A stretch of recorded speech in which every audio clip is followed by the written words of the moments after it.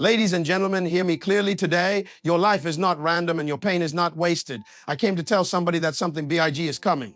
Not because you deserve it, not because you earned it, but because divine purpose cannot be denied when you're aligned with preparation.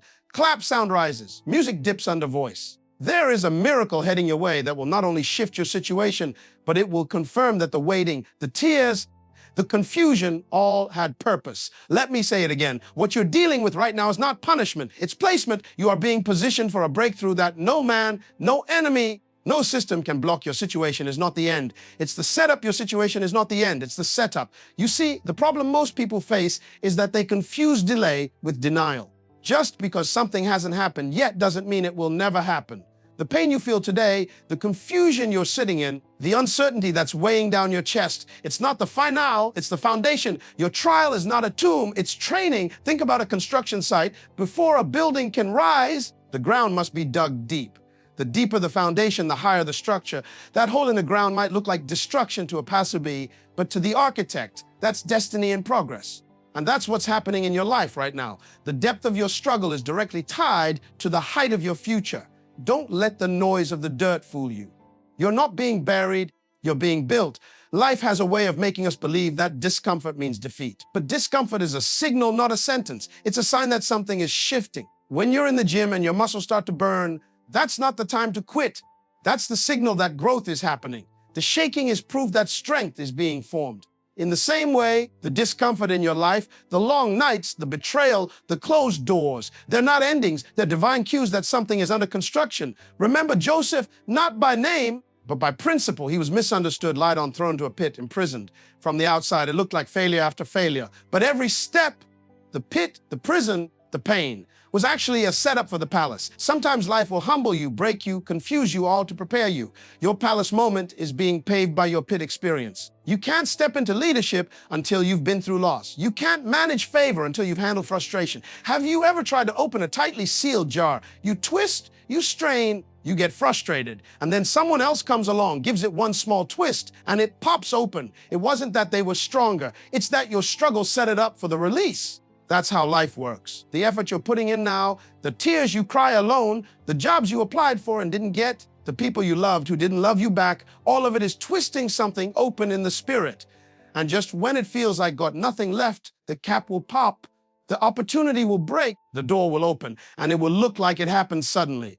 But it didn't. It happened because you didn't stop turning. Listen, the setup always looks like sabotage to untrained eyes. That layoff, setup, that rejection letter, say that breakup, setup. You thought you were losing love, but really you were losing limitations. You thought you were losing a job, but you were gaining jurisdiction.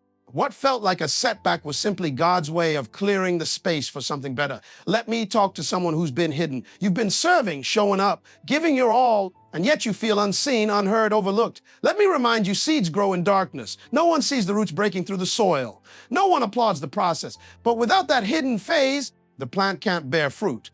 You're not being ignored. You're not invisible. You're incubated. When the time is right, when the maturity is complete, you will not only emerge, you'll thrive. But don't despise your dark season. That's where the real development happens. In life, sometimes the door closes not because it's rejection, but because it's redirection. You wanted that job, that relationship, that opportunity. And when it didn't work out, you called it failure. But what you didn't see was that behind that door was a version of you that was too small, too compromised, too broken. So God had to close it, not to hurt you, but to heal you. That closed door protected you from entering a room where you would have settled for less than your destiny. Don't mislabel your moment. The wilderness doesn't mean you're lost, it means you're learning. The silence doesn't mean you're forgotten, it means the instruction was already given.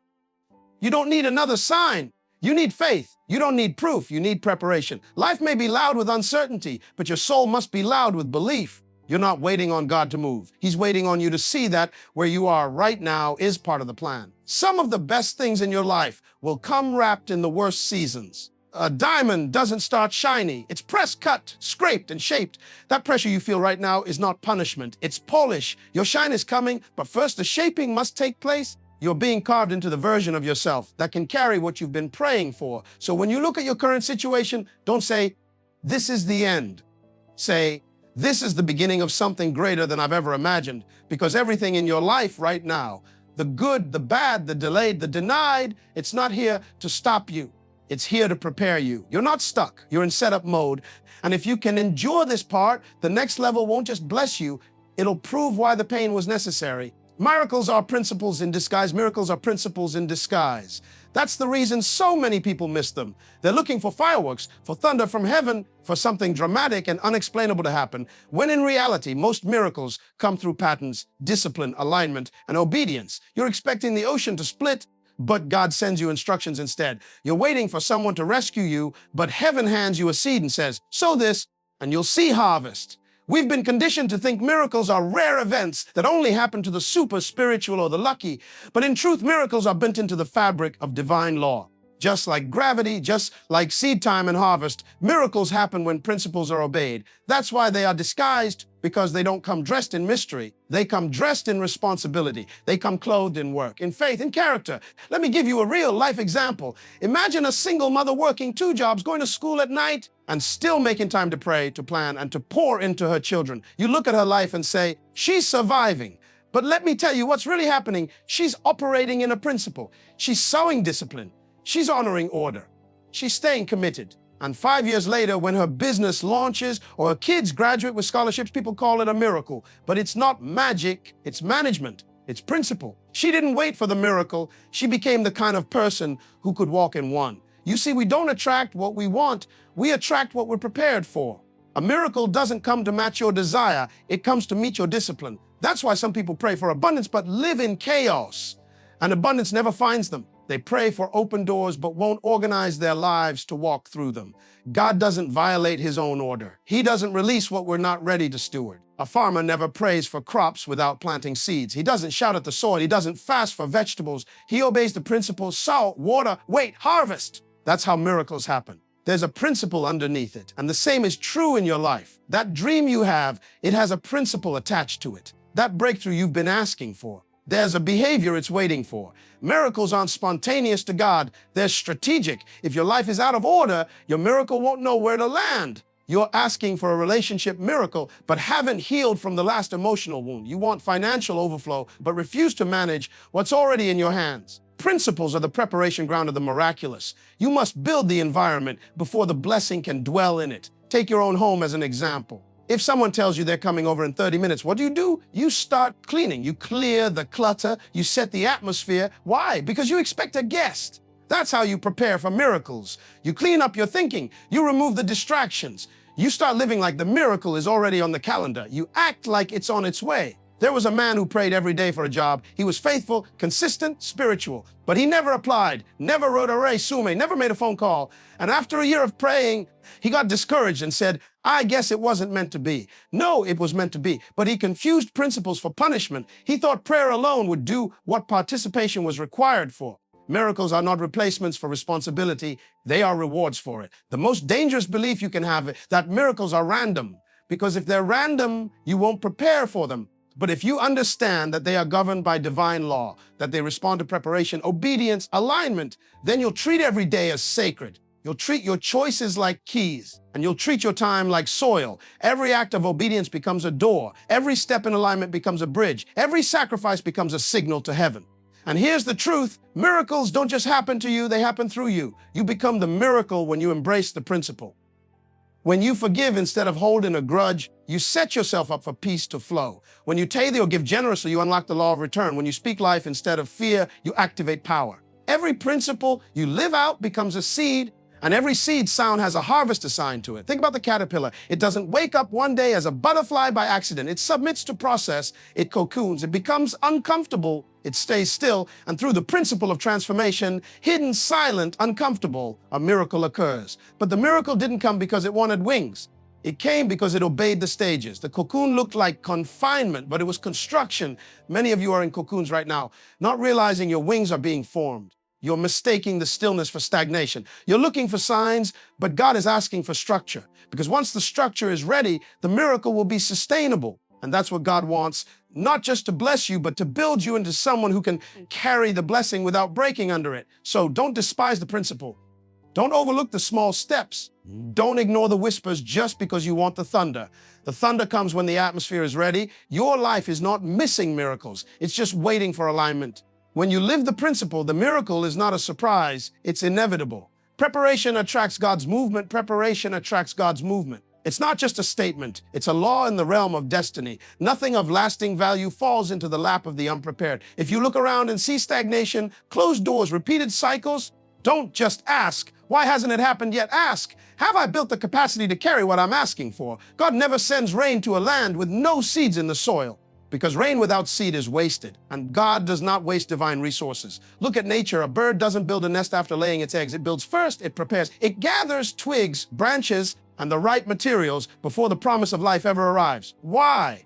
Because preparation is faith in action. You don't wait until the opportunity comes to start getting ready. You show your belief by your preparation. The nest comes before the eggs. The structure comes before the glory. The vessel must be ready before the oil flows. Some people keep praying for promotion while living in disorder. They ask God to enlarge their territory, but their current territory is in chaos. Their finances are scattered. Their mind is cluttered. Their relationships are toxic. Their schedule is undisciplined. Why would God give more to someone who's mismanaging what they already have? Heaven is not emotional. It is strategic. Increase doesn't come just because you want it. It comes because you've made room for it.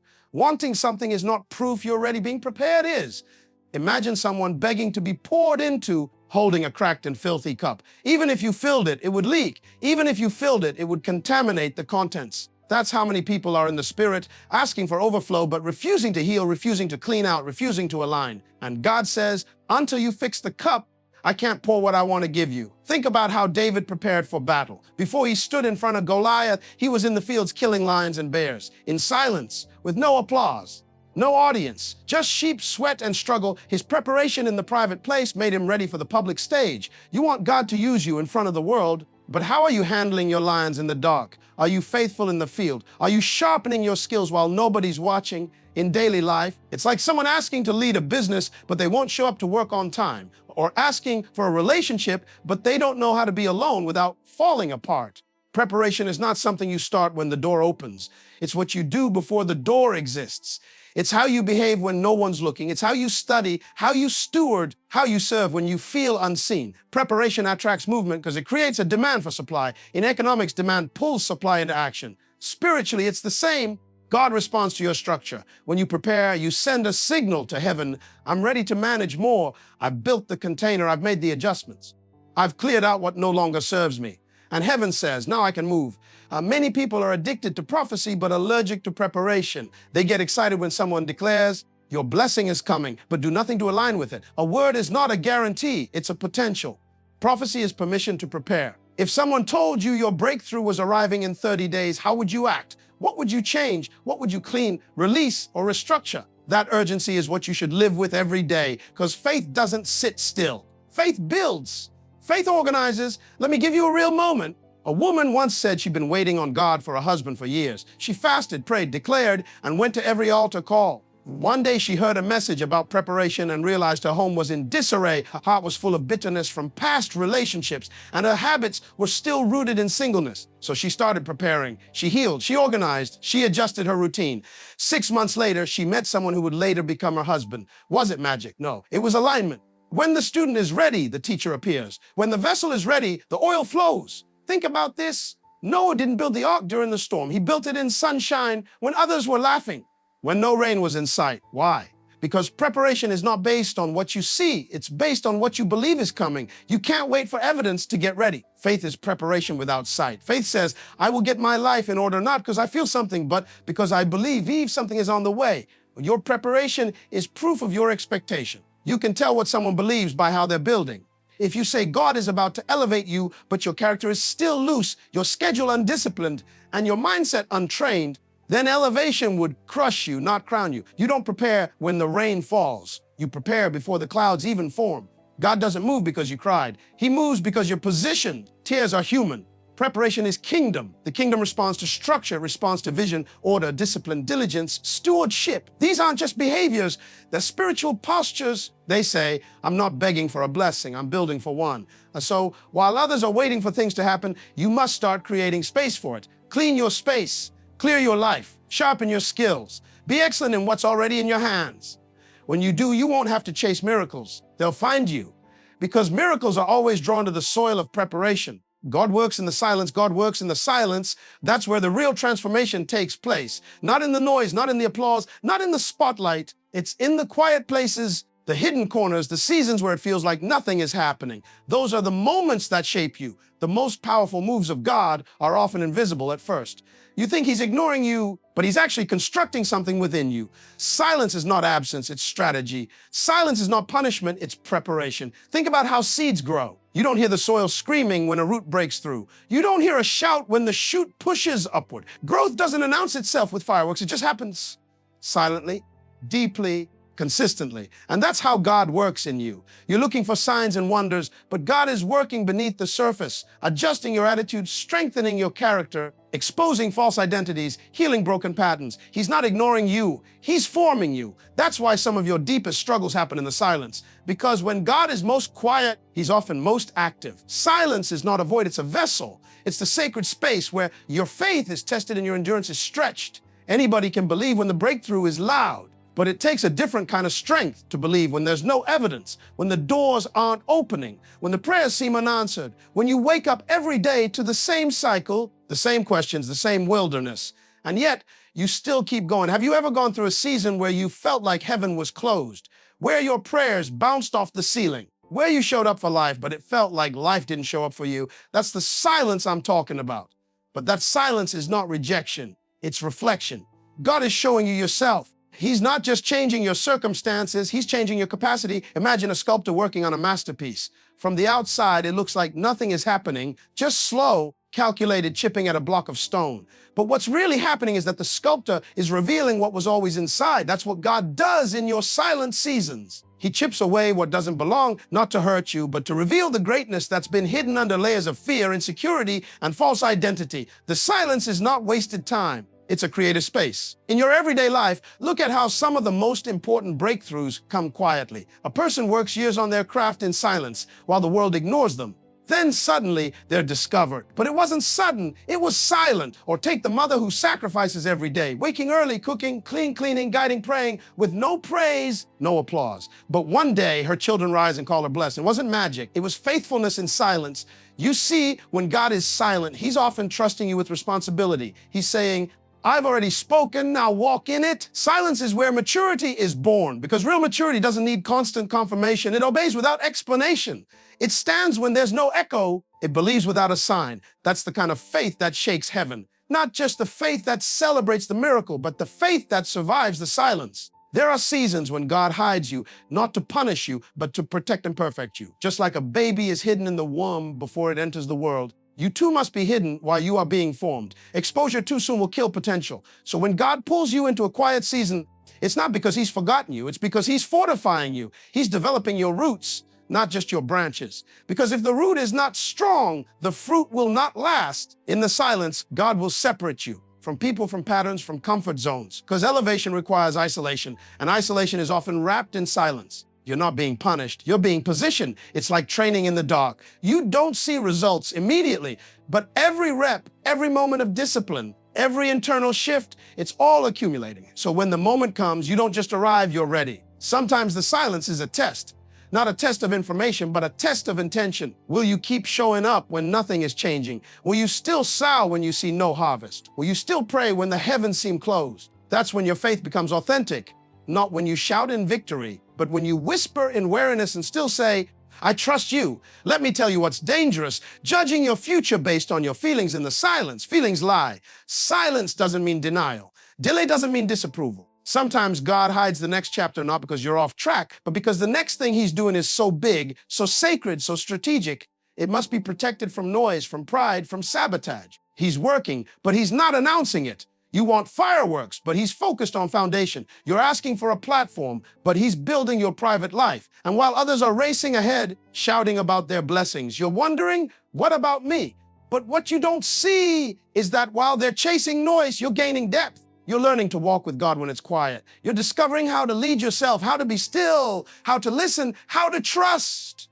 That's rare, that's holy. That's where legacies are born, not in noise, but in stillness. Because God doesn't just want to give you a miracle. He wants to make you into one. Pressure precedes promotion. Pressure precedes promotion. It's not just a truth. It's a divine process. Nothing elevated has escaped the weight of pressure. Pressure is not your enemy. It's your evidence. It's proof that something valuable is forming. Diamonds are not created in comfort. They're born under crushing force and intense heat. Gold is not refined in silence. It is purified in fire. So when you feel pressure in your life, emotional, financial, spiritual, don't panic. Pay attention, because pressure is a prophecy. It's God saying something bigger is being prepared in you. Have you ever looked at your life and wondered why things feel heavier all of a sudden, why your peace is being tested, why you're facing opposition from places you never expected? That's not coincidence. That's the weight of destiny starting to rest on your shoulders. See, when God is about to promote you, He doesn't announce it with balloons and confetti. He introduces it with pressure. The greater the weight you're called to carry, the stronger your foundation must be. And pressure reveals whether you've got cracks or capacity. Look at everyday life. The athlete that trains for the Olympics goes through more intense pressure than the average person. Not because they're cursed, but because their call is higher.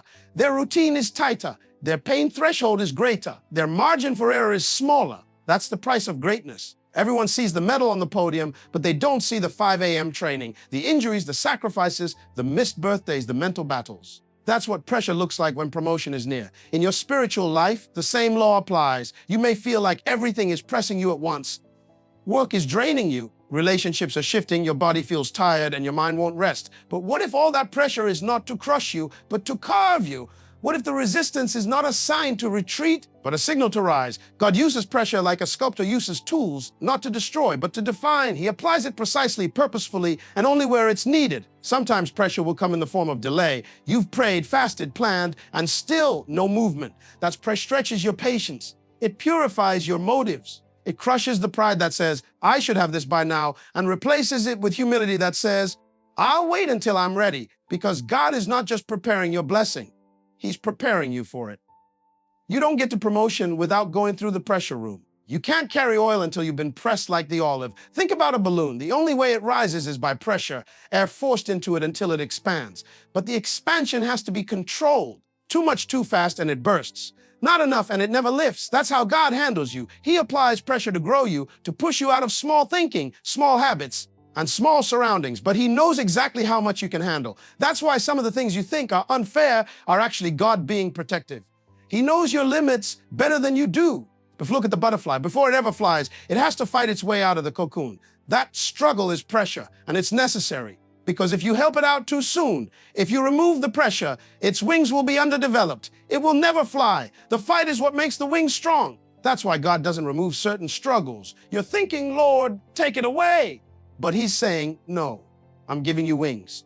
And you don't grow wings in comfort. You grow them in the struggle, in the stretching, in the moments when quitting looks easier than continuing. Pressure also reveals people. Watch who stays close when the heat turns up. Pressure exposes fake support. Some people are only with you for the highlight reel, not the behind the scenes. But pressure will strip off every mask, every shallow connection, every false comfort zone, until you're left with authenticity. It's lonely, but it's necessary, because you can't take counterfeit relationships into the next level. Pressure purifies your circle as much as it purifies your character. Even in the business world, promotion doesn't come just because you're talented. It comes when you've demonstrated you can handle pressure, deadlines, disappointments, difficult decisions. The ones who get elevated are the ones who don't fold under pressure, but function in it. They may cry in private, but they show up in public. They may feel overwhelmed, but they don't let the weight break them. Why? Because they understand that pressure is not punishment. It's preparation for a seat they've never sat in before. Some of you are going through pressure in your finances. You're being stretched.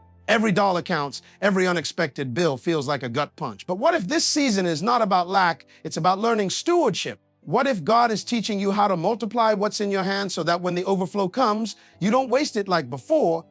Pressure teaches discipline, and discipline is the gatekeeper to promotion. Others feel pressure in their relationships, people leaving, arguments rising, confusion settling in. That's pressure. And it's not meant to destroy your love. It's meant to expose your foundation. Was the connection built on convenience or covenant? Was it rooted in lust or in purpose? Pressure always pulls the truth to the surface. So when you feel like life is squeezing you, don't curse the pressure. Embrace it. It means you're being prepared for something that requires more strength, more wisdom, more clarity than you've ever carried before. And God is not going to promote you into a place that your character cannot sustain. Your obedience creates an opening. Your obedience creates an opening, not just in your life, but in the atmosphere around you. Obedience is the invisible key that unlocks the doors you've been knocking on for years. It doesn't always make sense. It doesn't always feel fair. Sometimes it looks like taking a step when you have no map, no clarity, and no confirmation. But that's the point. Obedience isn't about understanding. It's about trust. When you obey, even when it's uncomfortable, even when it costs you, even when no one claps for you, you're moving heaven. Obedience is a signal to the divine that you're ready for the next level. In daily life, obedience looks simple, but feels difficult. It's like being told to forgive someone who never apologized. It's like walking away from a relationship you thought you couldn't live without, only because peace left the room. It's like tithing when the bills are already louder than your bank balance. It's not flashy, it doesn't trend, but it tears open dimensions of favor that hustle could never reach. The truth is, obedience doesn't always feel good, but it always does good. Think of the construction worker who's been laying bricks for years with no spotlight, no recognition, just quiet faithfulness. Then one day, the city approves a massive expansion on the very site he's been building, and suddenly, the foundation he laid in silence becomes the cornerstone of something new. That's what obedience does. It builds when nobody's watching, but God is watching, and God promotes what obedience builds. Obedience is not passive, it's an active weapon. When life hits you with delays, detours, and disappointments, obedience keeps you aligned. It's like the GPS recalculating your route every time you miss a turn. You may not arrive on the timeline you planned, but if you stay obedient, you'll arrive in the right place, in the right time, with the right grace. Disobedience delays destiny, but obedience, even in the dark, accelerates divine favor. There are people waiting on the other side of your obedience. Your yes to what God whispered to you is the breakthrough someone else has been praying for. You think it's just about you, but it's not. Your obedience creates ripple effects. A mother decides to break generational trauma and raise her kids differently.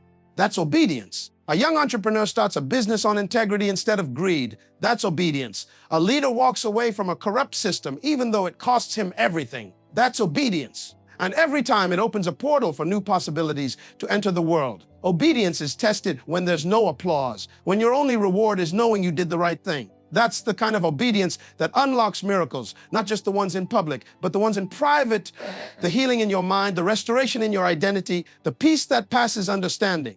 Obedience aligns your heart with the flow of heaven. And when your heart is aligned, the things you used to chase start chasing you.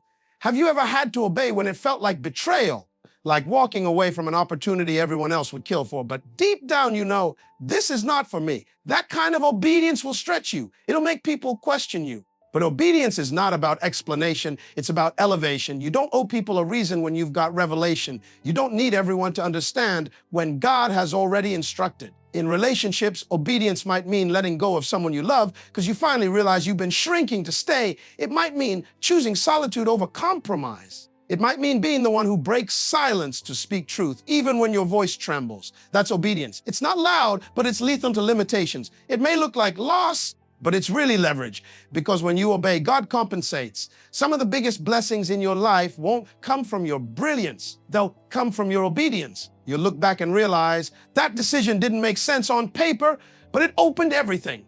That's because logic can take you far, but obedience will take you beyond. Logic builds a life you can explain. Obedience builds a life you can only testify about. Obedience breaks cycles. That's why it's so hard, because to obey is to say, it ends with me tolerating dysfunction. It ends with me settling for less. It ends with me saying yes to what God never signed off on. Obedience is disruptive. It upsets patterns. It offends comfort, but it also births miracles. It positions you for provision that's been waiting for you to show up. In your workplace, obedience might look like integrity when shortcuts are easier. In your family, it might look like patience when others choose violence with their words.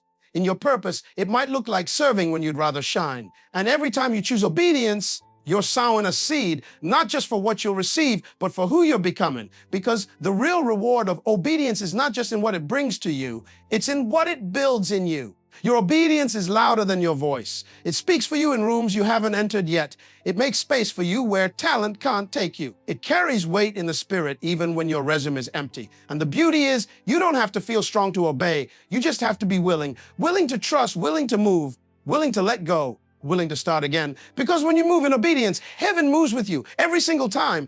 Expectancy is the breeding ground of miracles. Expectancy is the breeding ground of miracles. What you expect shapes what you experience. When you walk through life with a spirit of expectancy, you activate a realm of possibility that defies natural laws.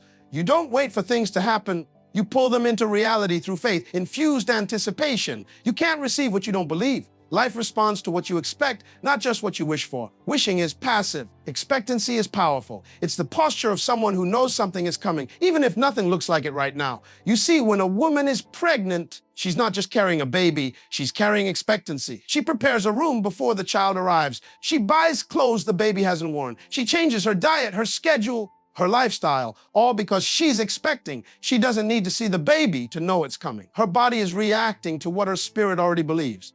That's what expectancy looks like in your spiritual life. You make room for the miracle before the miracle shows up. You shift your thinking, you prepare your atmosphere, you upgrade your habits because something is growing inside of you that the world can't see yet. But you know it's there. Expectancy turns ordinary environments into supernatural stages. It was never the place that limited you. It was the level of expectation you brought into it. Two people can be in the same job, the same city, the same church, but one sees nothing and the other sees opportunity everywhere. Why? Because expectancy is a lens. It's how you look at closed doors and say, I see a key. It's how you look at dry seasons and say, rain is coming. When you live with expectancy, you stop waiting for proof and start praising in advance. In daily life, people often expect the worst. They say things like, I knew that would happen when something goes wrong. But how often do we say, I knew that miracle was coming? We've trained our minds to anticipate problems more than provision. That's not wisdom, that's fear in disguise. And fear is faith in the wrong direction. When you expect the worst, you attract it. But when you expect breakthrough, your actions, your attitude, and your energy start moving toward it. A farmer doesn't plant seeds and then forget about them. He expects a harvest. That expectancy causes him to water the ground, to protect it from pests, to monitor the weather. He puts in effort because he believes something is coming. The seed might look dead for a season, but because of his expectancy, he never walks away. That's the same mindset you need when you've sound prayers, obedience, effort, and sacrifice. Just because you don't see movement doesn't mean nothing's happening. The roots are growing underground. The miracle is maturing in silence. Expectancy creates alignment. It causes your words, your thoughts, and your actions to synchronize with what you believe is on the way. You start speaking life even when death is knocking. You walk like you've already won. You dress like you belong in the room you're headed to. You study like the opportunity is already yours. You prepare the proposal, update the resume, rehearse the pitch, not because you've received the yes, but because you expect the yes. That's the power of faith in motion. Expectancy is not ignoring reality. It's refusing to let reality be your final authority. It's not denial, it's defiance. It's looking at the facts, but still believing the truth. The doctor may say one thing, but expectancy says, I still believe in healing. The economy may say one thing, but expectancy says, provision is not limited to this system. Your bank account may look low, but expectancy reminds you that favor is not bound by numbers. When you live in expectancy, you live above the storm, not under it. Some people say, I'll believe it when I see it. But expectancy flips that, I'll see it because I believe it. What if the delay you're facing isn't a denial? It's God watching to see if you'll prepare anyway. Will you act like it's on the way? Will you praise like it's already done? Will you clean the guest room, buy the crib, write the book, even if no one has confirmed the promise yet? Expectancy is prophetic. It pulls tomorrow's possibilities into today's actions. Think about a person preparing for a job interview.